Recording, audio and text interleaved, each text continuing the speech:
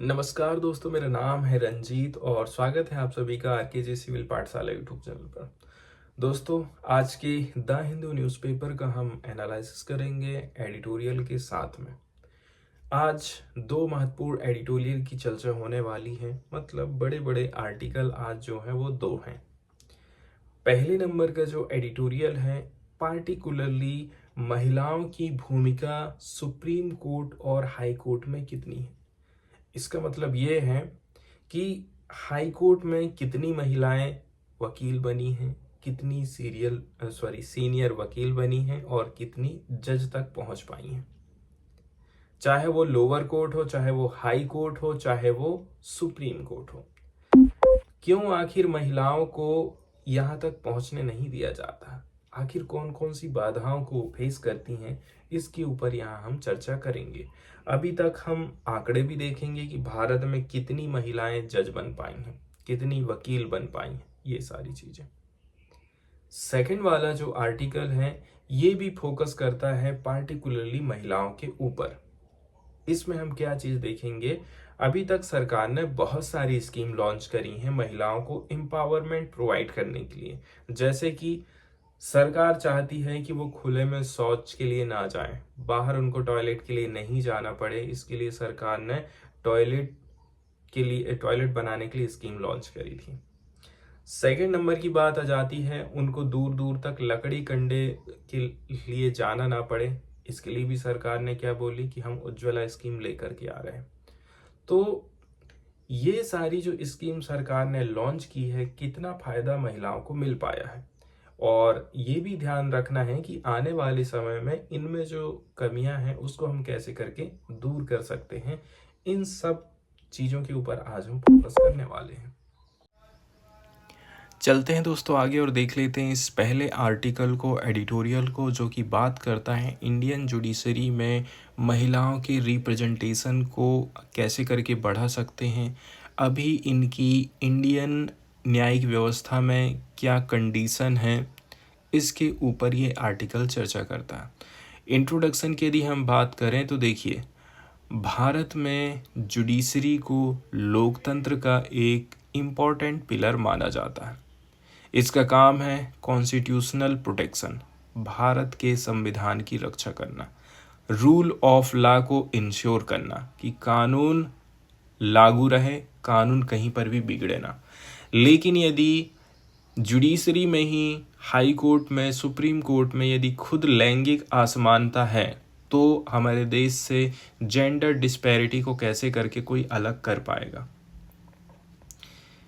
इसलिए judicial impartiality में प्रश्न चिन्ह खड़े होते हैं, मतलब न्यायिक निष्पक्षता में यहाँ पर कुछ क्वेश्चन खड़े होते हैं।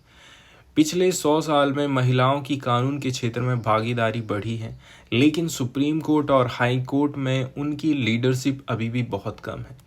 इससे इंक्लूसिविटी, मतलब महिलाओं का इंक्लूजन नहीं हो पा रहा है जुडिशरी में, साथ ही साथ वो अपने आप को रिप्रेजेंट नहीं कर पा रही हैं। इसके साथ ही साथ इफेक्टिव जस्टिस डिलीवरी पर भी बुरा असर पड़ता है। यहाँ पर हम हिस्टोरिकल परिप्रेक्ष्य देखने वाले हैं कि महिलाओं की न्यायपालिका में कितनी ज़्यादा भागीदारी रही है। देखिए, हाल फिलहाल में देखा जाए, महिलाओं की जो नियुक्ति है ना, बहुत ही कम हो पाती है ऊंचे ऊंचे लेवल पर। मतलब ये लोग जज, सीजेआई बहुत कम बन पाती हैं। कार्नेलिया सोरोबाजी की बात करें, 1924 में पहली महिला वकील बनी थी। इसके बाद कई महिलाओं ने सीनियर एडवोकेट का दर्जा प्राप्त किया। इसके अलावा लोअर जुडिशरी की बात करें तो यहाँ पर भी महिलाओं की संख्या बढ़ी है, लेकिन हायर जुडिशरी में, मतलब हाई कोर्ट और सुप्रीम कोर्ट में, इनकी संख्या अभी भी लो है। ये सिनेरियो हमको बताता है कि कॉन्स्टिट्यूशनल राइट्स और रियलिटी के बीच में एक गैप है। इस गैप को फिल करना बहुत ज़्यादा ज़रूरी है। हाई कोर्ट में महिलाओं की वर्तमान स्थिति की बात करें तो देखिए, हाई कोर्ट में महिला जजों की संख्या, देश के 25 हाई कोर्ट में मात्र 14% महिला जज हैं। मतलब टोटल जज 764 हैं, तो उसमें 109 महिला जज हैं। ये कंडीशन है हमारे देश की। इसके अलावा 8 हाई कोर्ट में मात्र 1 महिला न्यायाधीश है। हम 8 हाई कोर्ट को उठा करके देखेंगे तो 1 महिला न्यायाधीश निकल करके सामने आ रही है। कहीं कहीं तो ऐसी भी खबर है कि भाई किसी किसी राज्य में एक भी महिला न्यायाधीश नहीं है, जैसे कि उत्तराखंड, मेघालय और त्रिपुरा। इलाहाबाद हाई कोर्ट की बात करें, जो कि देश का सबसे बड़ा हाई कोर्ट है, 79 जज में से सिर्फ 3 महिला जज हैं, वुमेन जज हैं, मतलब 2%। एक चीज ये भी हो जाती है कि भाई महिला की जो नियुक्ति होती है ना, वो पुरुषों की अपेक्षा देरी से होती है। मतलब औसत नियुक्ति की जो एवरेज एज है, कितने साल में ये जज बनेंगी, पुरुष लोग 51 साल में बन जाते हैं, महिलाएं 53 साल में बनती हैं। गुजरात हाईकोर्ट एकमात्र ऐसा न्यायालय है जिसकी मुख्य न्यायाधीश एक महिला है, चीफ जस्टिस। सुप्रीम कोर्ट में इनका क्या रिप्रेजेंटेशन रहा है, तो देखिए वर्तमान में सुप्रीम कोर्ट में सिर्फ 2 महिला न्यायाधीश हैं, जस्टिस बीवी नागरत्ना और जस्टिस बेला त्रिवेदी। वो भी सीजीआई नहीं है, जज बस है। जून 2025 में जस्टिस बेला त्रिवेदी रिटायर हो जाएंगी। सुप्रीम कोर्ट में केवल 1 महिला न्यायाधीश बचने वाली है। 2021 के बाद से सुप्रीम कोर्ट में 28 जज नियुक्त किए गए, लेकिन इनमें एक भी महिला नहीं थी। पिछले 75 साल में देखा जाए, सुप्रीम कोर्ट ने बार से 9 पुरुषों को डायरेक्ट नियुक्त कर दिया था, अपॉइंट कर दिया था, लेकिन मात्र 1 महिला को ये मौका आपने दिए थे। ये डेटा बताते हैं कि महिलाओं को हाई कोर्ट में एंट्री करने के लिए बहुत सारी स्ट्रक्चरल बैरियर से होकर के गुजरना पड़ रहा है। पुरुषों के लिए एंट्री थोड़ी आसान है। महिलाओं की कम भागीदारी के आखिर क्या रीजन हो सकते हैं, इसको भी समझना जरूरी है। स्ट्रक्चरल इनइक्वालिटी देखने को मिलती है, मतलब महिलाओं को लेस कॉम्पिटेंट समझा जाता है, ये ज़्यादा सक्षम नहीं होती हैं, इनके अवसर सीमित हो जाते हैं।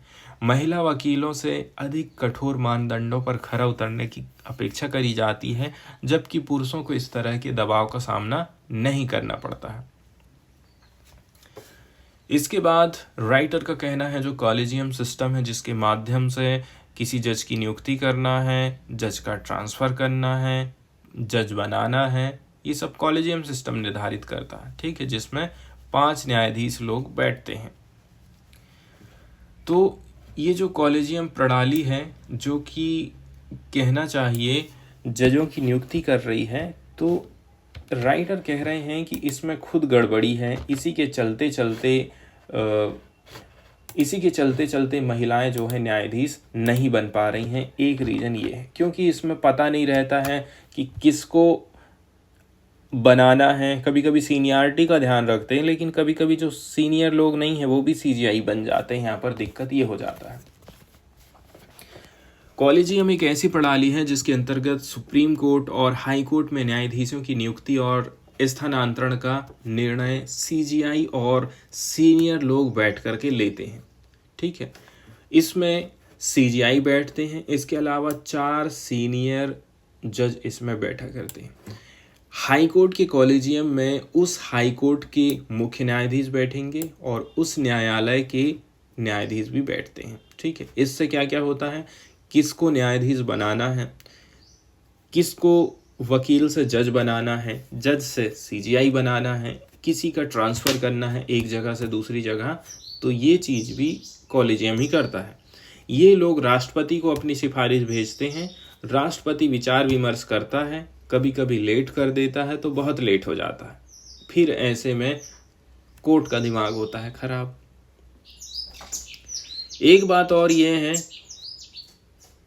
कभी भी कॉलेजियम की बात को आप मानने से इनकार नहीं कर सकते हैं। जो फाइनल डिसीजन रहता है वो कॉलेजियम का ही रहता है, क्योंकि हमारे देश में जुडिशरी को राजनीति से स्वतंत्र रखा गया है। यदि इसके ऊपर राजनीति आ जाएगी तो हाई कोर्ट, सुप्रीम कोर्ट में भी नेता लोग बैठ जाएंगे और फिर नेता चोर चोर मौसेरे भाई वाली बात हो जाती है। आगे चलते हैं और देख लेते हैं। देखिए, जो कॉलेजियम सिस्टम है इसके माध्यम से जज की नियुक्ति हो रही है, जो पूरी तरह से ओपेक एंड नॉन अकाउंटेबल है, राइटर का कहना है। इसमें कोई क्लियर एलिजिबिलिटी क्राइटेरिया नहीं है कि आप इन क्राइटेरिया के आधार पर महिलाओं को भी जज बना सकें। इसमें अवसर नहीं मिल पा रहा महिलाओं को। कॉलेजियम में ज़्यादातर बैठने वाले लोग पुरुष होते हैं, इसलिए महिला उम्मीदवारों को वो लोग प्राथमिकता नहीं देते। जब कभी कॉलेजियम महिला न्यायाधीशों की सिफारिश करता है तो सरकार मंजूरी देने से आनाकानी करती है। एक बात यह है, जब तक महिला न्यायाधीश नहीं बनेगी, सीजीआई नहीं बनेगी ना, महिलाओं के अधिकारों की बात कोई करने वाला नहीं है। Myth of lack of eligible women candidate, महिला उम्मीदवारों को लेकर के बहुत सारे हमारे माइंड में विचार विमर्श आते रहते हैं। इसको लेकर के क्या क्या बात कही जाती है। अक्सर बोलते रहते हैं कि महिलाएं न्यायाधीश बनने में रुचि नहीं दिखा रही हैं, या फिर ऐसी कोई वकील ही नहीं है जिसको हम जज बना सकें। ये दिक्कत हो जाती है। मतलब ये सारी जो चीज़ें होती हैं, स्ट्रक्चरल एंड इंस्टीट्यूशनल जो बैरियर हैं, इनको अनदेखा कर देता है। इसी से महिलाओं के करियर में बाधा पैदा होती है। हायर जुडिशरी में महिलाओं की इतनी ज़्यादा ज़रूरत क्यों है, भागीदारी क्यों ज़रूरत है? जुडिशियल लेगिटिमेसी मतलब न्यायिक वैधता और डेमोक्रेटिक रिप्रेजेंटेशन बढ़ेगा यदि महिलाएं आगे आती हैं तो। न्यायपालिका को समाज का सही प्रतिनिधित्व करना चाहिए। जब महिलाओं की भागीदारी होगी तो न्यायिक निर्णय और भी ज़्यादा फेयर और बैलेंस्ड होंगे। फिर इम्पार्शियलिटी की बात करें, निष्पक्षता और न्याय तक समान पहुंच इंश्योर करना। जेंडर डाइवर्सिटी न्यायिक प्रणाली में निष्पक्षता बढ़ाने में मदद करेगी। यदि न्यायपालिका विविध और समावेशी रहेगी तो जनता भरोसा कर सकती है, उनको लगेगा कि नहीं, सबको बराबर का मौका दिया जा रहा है। इसके अलावा हमारा संविधान खुद कहता है कि भाई इनको अधिकार दीजिए आप। जब तक महिलाओं को अधिकार नहीं मिलेंगे तब तक बाकी जो महिलाएं हैं उनके अधिकारों के लिए कौन लड़ाई लड़ेगा, क्वेश्चन यहाँ पर खड़ा हो जाता है। जैसे कि आर्टिकल 14 समानता का अधिकार देता है, ठीक है, सबके लिए मौके बराबर है। आर्टिकल 15(3) की यदि हम बात करें, महिलाओं के उत्थान के लिए, महिलाओं को आगे बढ़ाने के लिए स्पेशल कुछ प्रोविज़न किए गए हैं। फिर आ जाता है आर्टिकल 39A, लीगल इक्वालिटी को इंश्योर करता है। यदि हाई कोर्ट, सुप्रीम कोर्ट में खुद ही महिलाओं की भागीदारी नहीं रहेगी तो बाकी का जो सेक्टर है उसमें यदि महिलाएं पिछड़ी हुई हैं तो उन सब चीज़ों को कैसे करके इंश्योर किया जाएगा। मतलब न्यायपालिका खुद ही लैंगिक भेदभाव का शिकार हो जाएगी, ठीक है, वो जेंडर इनइक्वालिटी का शिकार हो जाएगी, तो समानता की रक्षा वो कैसे करके करेगी। अब ऐसे कौन कौन से कदम हैं जिनको उठा करके हम हायर जुडिशरी में महिलाओं की जो लीडरशिप है उसको बढ़ा सकते हैं। हमें कॉलेजियम सिस्टम में रिफॉर्म करने की ज़रूरत है। इसके लिए पार्टिकुलरली कुछ क्राइटेरिया होना चाहिए कि उम्र इतनी होना चाहिए, इतना पढ़ा लिखा होना चाहिए, ऐसे कुछ प्रावधान होने चाहिए। इस प्रकार के रिफॉर्म की ज़रूरत है। वकीलों को न्यायाधीश बनने के लिए आवेदन करने का अवसर भी मिलना चाहिए।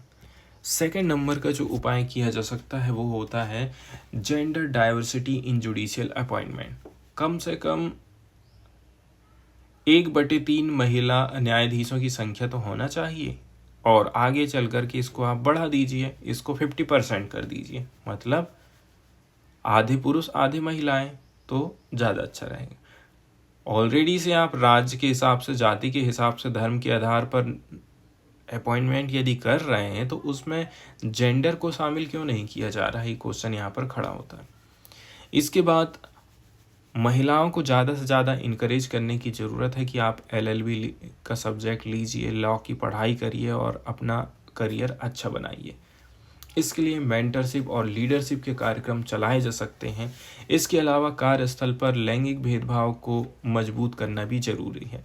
जैसे कि जुडिशरी में, लोअर कोर्ट में, हाई कोर्ट में, इनके लिए बेटर सुख सुविधाएं हैं कि नहीं है, बैठने की व्यवस्था है कि नहीं, टॉयलेट बाथरूम है कि नहीं, फीडिंग की व्यवस्था है कि नहीं, ये चीज़ें भी कुछ जो बेसिक ज़रूरतें हैं इनको भी इंश्योर करना हमारे लिए ज़रूरी हो जाता है। वे फॉरवर्ड में हम बोल सकते हैं कि जस्टिस इंदिरा बनर्जी ने क्या बोला था, मैं सिर्फ इसलिए नियुक्त नहीं होना चाहती क्योंकि मैं एक महिला हूँ। ठीक है, आप खाली नाम मात्र के लिए टोकन वाले सिस्टम के आधार पर ये काम मत करिए। मतलब महिलाओं की नियुक्ति को नॉर्मल करना पड़ेगा ताकि ये आसमान या फिर विशेष उपलब्धि ना लगे। भारत को एक समावेशी, निष्पक्ष और लोकतांत्रिक न्यायपालिका की ज़रूरत है। अब टाइम आ गया है कि हायर जुडिशरी में महिलाओं का जो पार्टिसिपेशन है उसको हम आगे बढ़ाएं। इस वाले आर्टिकल में हम चर्चा करने वाले हैं महिलाओं को कैसे करके सशक्त बनाया जा सकता है कुछ महत्वपूर्ण पॉलिसीज़ के माध्यम से।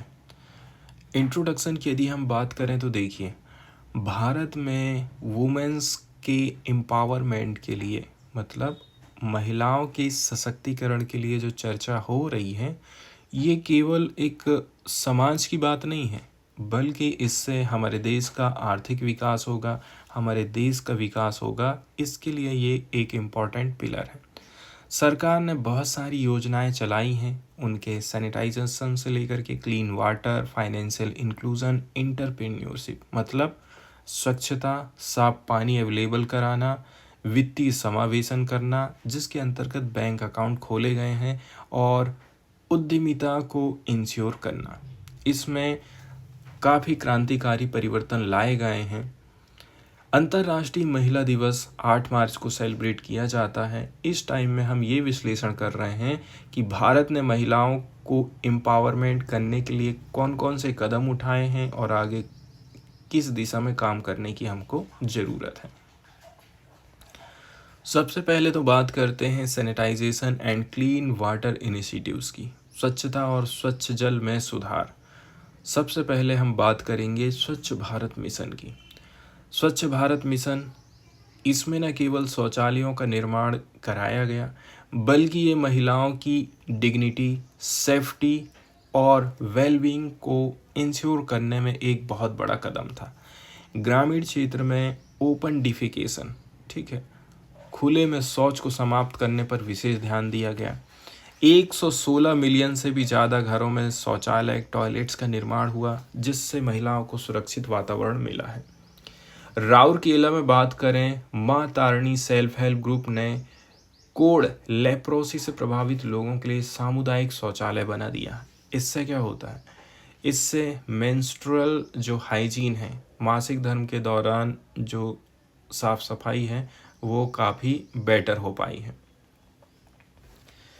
इसके बाद हम बात कर लेते हैं जल जीवन मिशन की, क्योंकि आज के समय में वाटर क्राइसिस हमको देखने को मिल रहा है। ठीक है, तो इसके लिए महिलाओं को दूर दूर तक पानी लाने के लिए जाना पड़ता है। सरकार ने बोली है इसके लिए हम जल जीवन मिशन लेकर के आएंगे, मतलब हर घर तक हम clean and safe water availability provide करेंगे। 2019 से पहले केवल 17% गांव के घरों में टैप वाटर की सुविधा थी, मतलब नल से पानी आता था। आज के समय में 150 मिलियन से भी अधिक परिवारों को नल से जल की सुविधा प्राप्त हो रही है। जल संकट के कारण महिलाओं को पानी लाने में कई घंटे व्यर्थ गंवाना पड़ता है। इस मिशन से इस टाइम में आप अपना घर का काम करिए, बच्चों की देखभाल करिए, बड़े बूढ़ों की देखभाल करने में आप लगा सकते हैं। रोजगार और अन्य डेवलपमेंट के कामों में आप अपनी भागीदारी को इंश्योर कर सकते हैं। वहीं यदि हम बात कर लें, female labour force participation rate में भी वृद्धि हुई है। एग्जाम्पल के तौर पर 2017 से 23 के बीच में जो गांव की महिलाएं हैं, कार्यबल में इनकी भागीदारी 24% से 41% हो गई है। तो ये सब टाइम बचा करके ही इंश्योर हो पा रहा है। अब हम बात कर लेते हैं women lead businesses and financial inclusion. महिलाएं कैसे करके आगे बढ़ रही हैं, अपने आप को बिजनेसेस में आगे लेकर के जा रही हैं। सरकार ने बहुत सारी स्कीम चलाई हैं, जैसे कि स्टार्टअप इंडिया इनिशिएटिव है, महिलाओं का व्यापार के क्षेत्र में अब एंट्री काफ़ी तेज़ी के साथ में बढ़ रही है।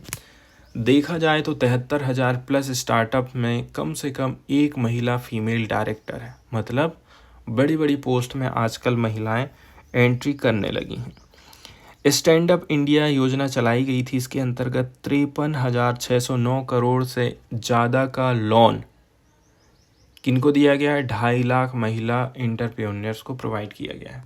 इसके बाद सरकार ने प्रधानमंत्री मुद्रा स्कीम भी चालू करी थी, ठीक है, मुद्रा लोन योजना, जिसके अंतर्गत 51 करोड़ लोन स्वीकृत किए गए। इसमें से ज़्यादातर लेने वाली जो लोग थे वो महिलाएं थी। फिर डिजिटल फाइनेंशियल इंक्लूजन की यदि हम चर्चा करें, इसके अंतर्गत सरकार कहती है कि कैसे करके डायरेक्ट हम महिलाओं के बैंक अकाउंट में पैसे डालें। इसके लिए सब लोगों के अकाउंट खोले गए। इससे क्या होता है, पैसा सीधे उनके बैंक अकाउंट में जाता है, बीच में कहीं कोई बैरियर नहीं आता है। 1 रुपये भेज रहा है सरकार तो 1 रुपये अकाउंट में पहुंच जाएगा। डिजिटल इंडिया प्रोग्राम चलाया गया था, जिसके माध्यम से महिलाओं को बैंकिंग, ई कॉमर्स और व्यापारिक अवसरों के लिए मौके मिले। प्रधानमंत्री जन धन योजना चलाई गई थी, इसके अंतर्गत 30 करोड़ से अधिक महिलाओं के बैंक खाते खोले गए थे। भारत नेट और प्रधानमंत्री वाईफाई एक्सेस नेटवर्क इंटरफेस के माध्यम से 1.99 लाख गाँव में हाई स्पीड इंटरनेट पहुंच गया है, ठीक है। तो इस प्रकार से ज़्यादा इंटरनेट से इनको जोड़ा जा रहा है, बैंकों से जोड़ा जा रहा है, इंटरनेट बैंकिंग से जोड़ा जा रहा है, बैंक खोले जा रहे हैं ताकि लेन देन और भी ज़्यादा आसान हो सके। ई कॉमर्स और सरकारी खरीद की बात करें, ठीक है, तो e commerce and government procurement भी काफ़ी हो गया है। सरकारी ई मार्केट प्लेस पर आज के समय में महिलाएं बहुत सारे अपने प्रोडक्ट को बेच रही हैं। 1 लाख से अधिक उद्यम वेरीफाइड एमएसएमई ने 46,600 करोड़ मूल्य की सरकारी खरीद प्राप्त करी है।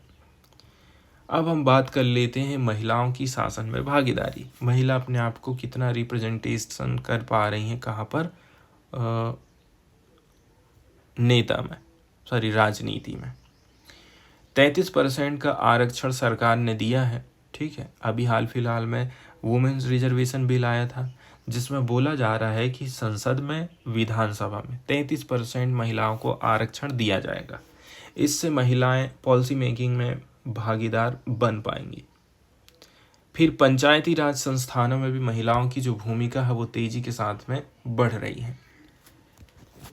46% चुने गए जो इलेक्टेड रिप्रेजेंटेटिव हैं वो महिलाएं हैं। जो 14 लाख महिला सरपंच और ग्राम प्रधानों के रूप में काम कर रही हैं। अभी तक कितनी हो गई हैं टोटल? 14 लाख महिलाएं सरपंच हैं। इससे ऐसा होता है कि गांव में हेल्थ का सेक्टर हो, चाहे वो एजुकेशन का सेक्टर हो, चाहे वो सेफ्टी का सेक्टर हो, तो इनमें सुधार में महिलाएं प्राथमिकता देती हैं। इसके अलावा participation in science, technology and sports sector. Science, technology, engineering, mathematics में भी आजकल लड़कियां बढ़ चढ़ के भागीदार बन रही हैं। अभी तक देखा जाए इनका जो परसेंटेज है वो 43% तक पहुंच चुका है। खेलों में भी महिलाओं की भागीदारी हमको देखने को मिलती है, जिससे इनकी वर्ल्ड लेवल पर पहचान बन रही है। कंक्लूजन में हम ये कह सकते हैं, देखिए, प्रधानमंत्री नरेंद्र मोदी ने G20 महिला सशक्तिकरण सम्मेलन, G20 ministerial conference of women empowerment में क्या बोला था? जब महिलाएं समृद्ध होती हैं तो दुनिया समृद्ध होती है। भारत सरकार ने बहुत सारी नीतियां चलाई हैं ताकि एजुकेशन, हेल्थ, एंटरप्रेन्योरशिप और पॉलिटिक्स में महिलाओं को हम आगे लेकर के आए। लेकिन इस गति को बनाए रखना जरूरी है। आगे के लिए कुछ सुझाव हैं, जैसे कि महिला लीडरशिप को हमें प्रोत्साहित करना है और भी ज़्यादा हमें स्ट्रक्चरल रिफॉर्म्स लाने हैं। स्किल डेवलपमेंट के ऊपर हमें प्राथमिकता देना है। इसके अलावा महिलाओं को सुरक्षित और समावेशी वातावरण मिले, ताकि यदि वो बाहर काम करने के लिए जाती हैं तो उनको कभी अनसेफ फील ना हो। इसलिए भी ये सारी जो चीज़ें हैं इम्पोर्टेंट हो जाती हैं। इसके बाद चलते हैं न्यूज़ वाले सेक्शन की तरफ और देख लेते हैं पहले न्यूज़ को, जो कि माधव नेशनल पार्क से रिलेटेड है। माधव नेशनल पार्क, माधव राष्ट्रीय उद्यान मध्य प्रदेश का एक महत्वपूर्ण राष्ट्रीय उद्यान है जो कि हाल फिलहाल में न्यूज़ में रहा है क्योंकि इसको अभी सरकार ने टाइगर रिजर्व के रूप में घोषित किया है। टाइगर रिजर्व के रूप में घोषित किया गया है, इसका मतलब ये है यहाँ जो टाइगर हैं इनको और भी ज़्यादा प्रोटेक्शन अब मिल जाएगा। भारत का ये 58वें नंबर का टाइगर रिजर्व बन गया है।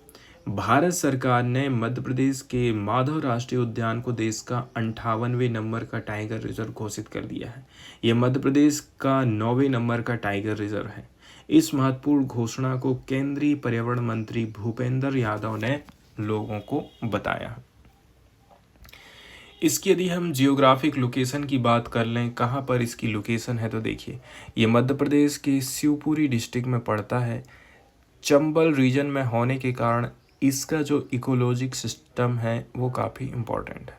यहाँ वर्तमान में देखा जाए तो इनकी जो बाघों की संख्या है, बोला जा रहा है यहाँ पर 5 बाघ हैं, इनमें 2 बच्चे हैं, अभी हाल फिलहाल में इनका जन्म हुआ है।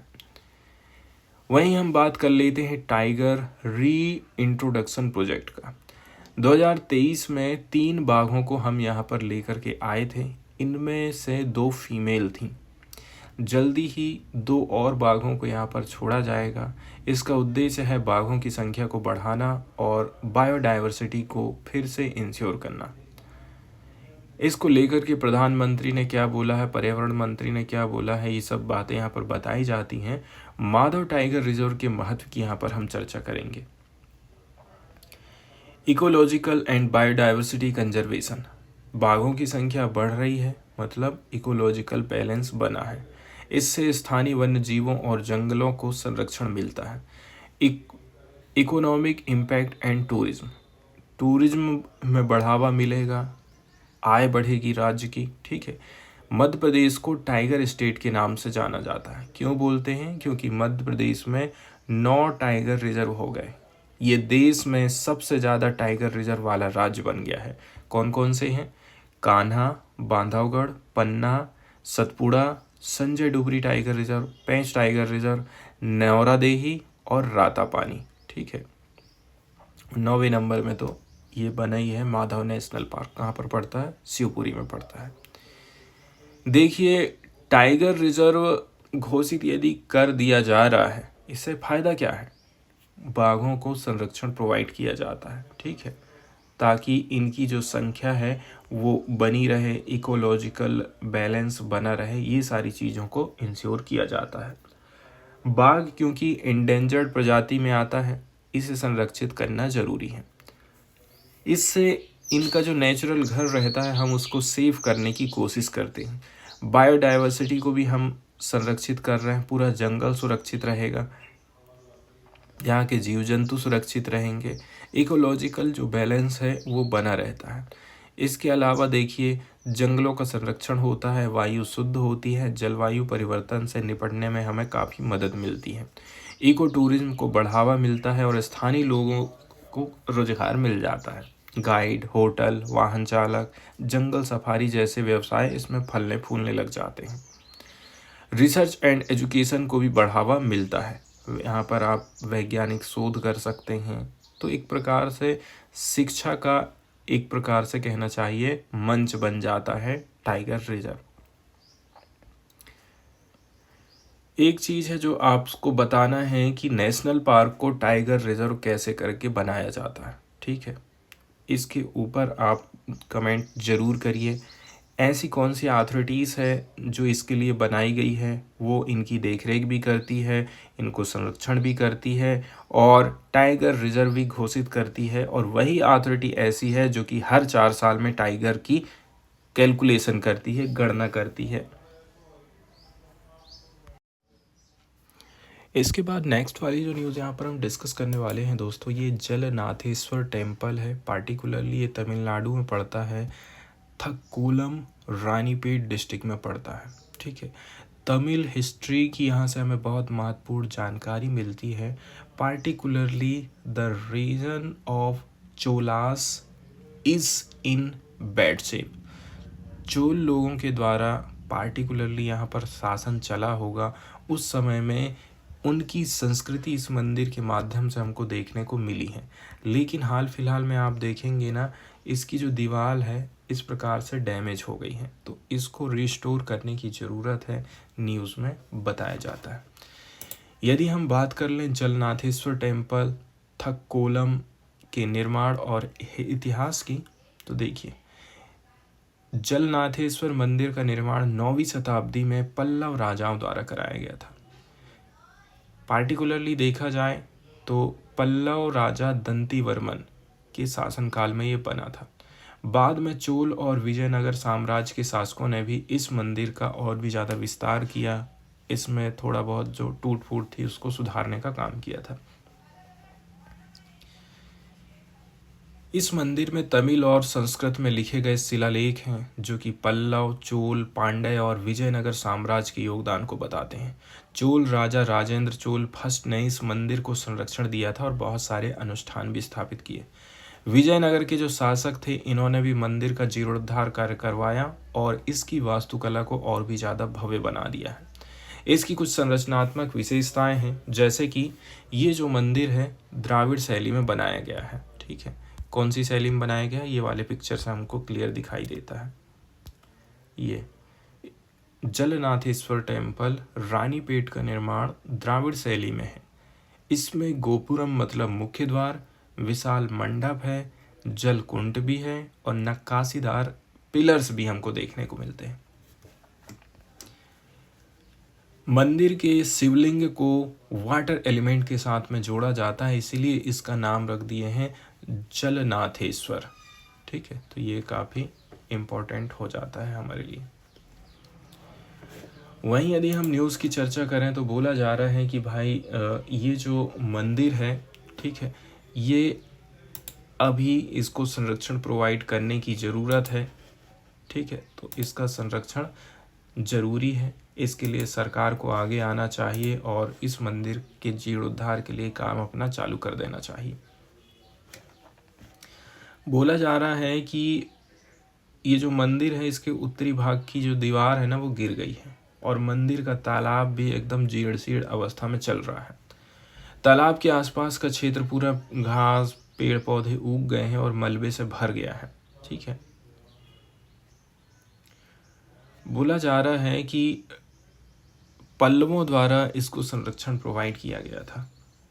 यहाँ पर कुछ कुछ चीज़ें हैं जो कि हमें देखने को मिलती हैं, जैसे कि लास्ट टाइम जो कुंभ अभिषेकम था, ठीक है, ये हेल्ड किया गया था, उसको हुए लगभग 15 साल से भी ज़्यादा हो चुके हैं।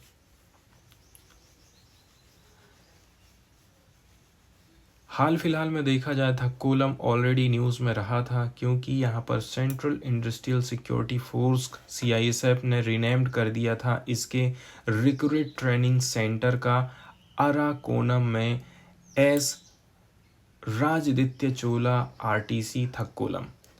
ये चोल प्रिंस की मेमोरी में ये नाम चेंज किया गया था, जो कि एक बैटल हुई थी, लड़ाई हुई थी ना अगेंस्ट द राष्ट्रकूट 949 CE में। यहाँ पर हमको टोटल 51 इंस्क्रिप्शन देखने को मिलती हैं, इंक्लूडिंग दोस मेंशनिंग पल्लव किंग अपराजिता इस मंदिर में हमें देखने को मिली। These also refer to town as थिरुवुरुरल। ठीक है, ऐसा कहना है कलाई कोवन फाउंडर का, doctor Rajmani Karan centre for research की तरफ से ये बात हमको पता चली है।